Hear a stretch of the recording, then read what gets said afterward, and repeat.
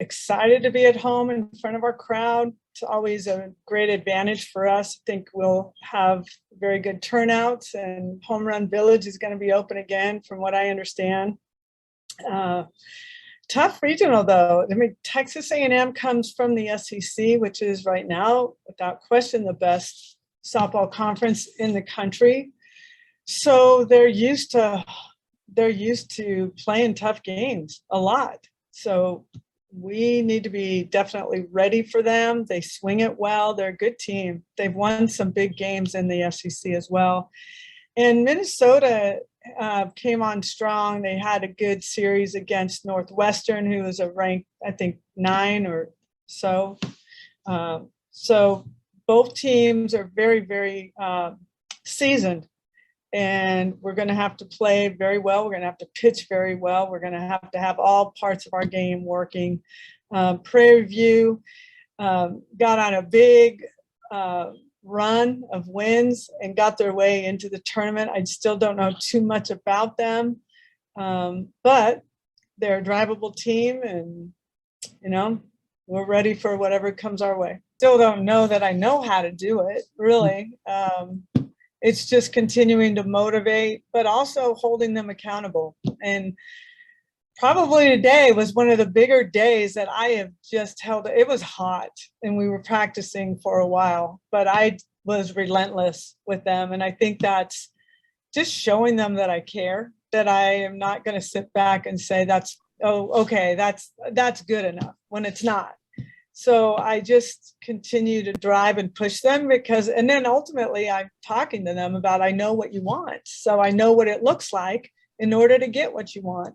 And this isn't what it looks like. And these are things that have to change. And, I give them a rest when I got to give them a rest. But today was a day, it's going to be one of our tougher practice days. And I was on them. And I think when they feel me that way, they know what I'm trying to do, and the importance of elevating their game and not letting the sun beat down on them. And, or when they don't get what they want, they maybe not hustle down the line or something like that. I just don't let that happen, because it's not who we are. And if I allow that to happen, it just starts to bleed into everything else that we're doing. So, I think when they feel me push them a little bit harder in postseason, they know it's time for postseason. Let's celebrate. When you have, I guess the sport in general is probably a year older than it would have been without COVID. Do you have to kind of dig into the bag of tricks if I want to, shock people that have been here for 5-6 years to just get the bill to the system? I obviously have no idea how to shock Jocelyn Allo. It's the reverse factor. I mean, she's always shocking me by something she says or does. It's like, okay. I don't know. I mean, everybody here, they want to win. And ultimately, that's what we all have in common. And we want to enjoy winning and enjoy what we're doing. The way I know how to enjoy practice is when it's good. And so,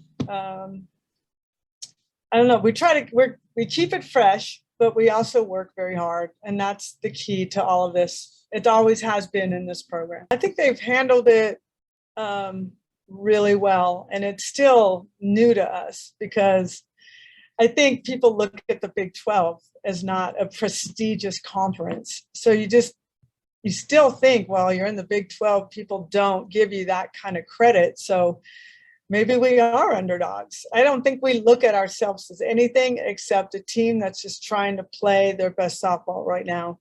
So, I mean, we've won the national championship as a 10 seed, as a 1 seed. We've been all up and down the spectrum. So it really doesn't matter where you are, because you're going to have to go through these teams anyhow.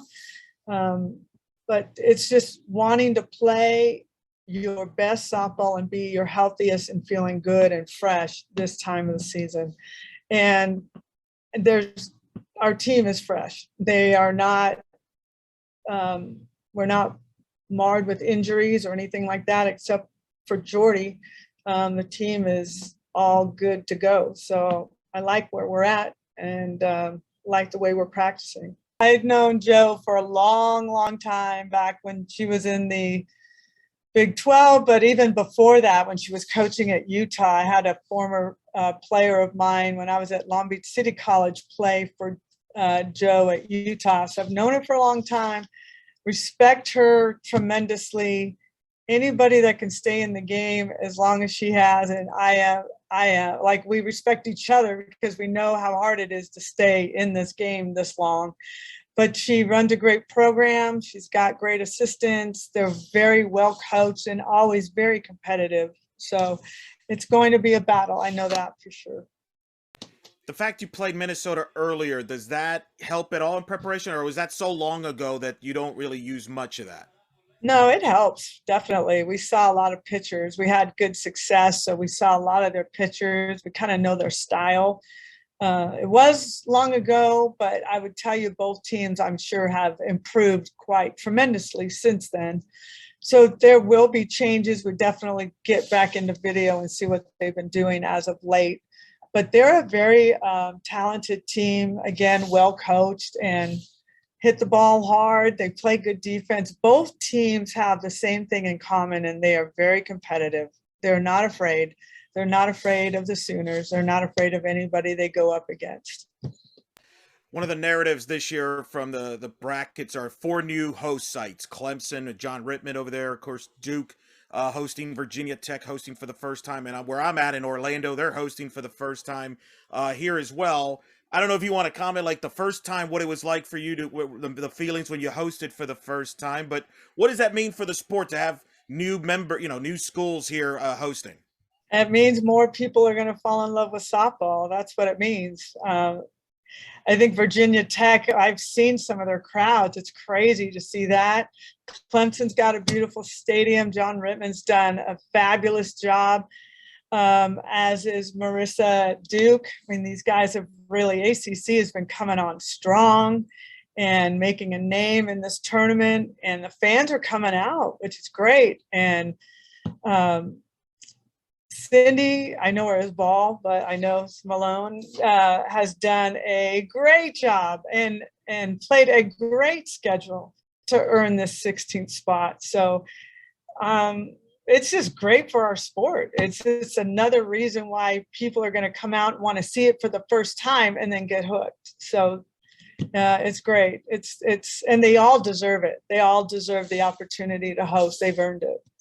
Do you remember when you hosted? Is that, I mean, so important from a program standpoint? It's like your breakthrough moment, right? Because it's a big moment for any of those programs. Okay, so I'll tell you, the first time we hosted was over at Reaves Park, and the dugout is so small that the entire team can't fit in the dugout, so they're sitting in the first bleacher of they're not even grandstands, of the wooden benches out there.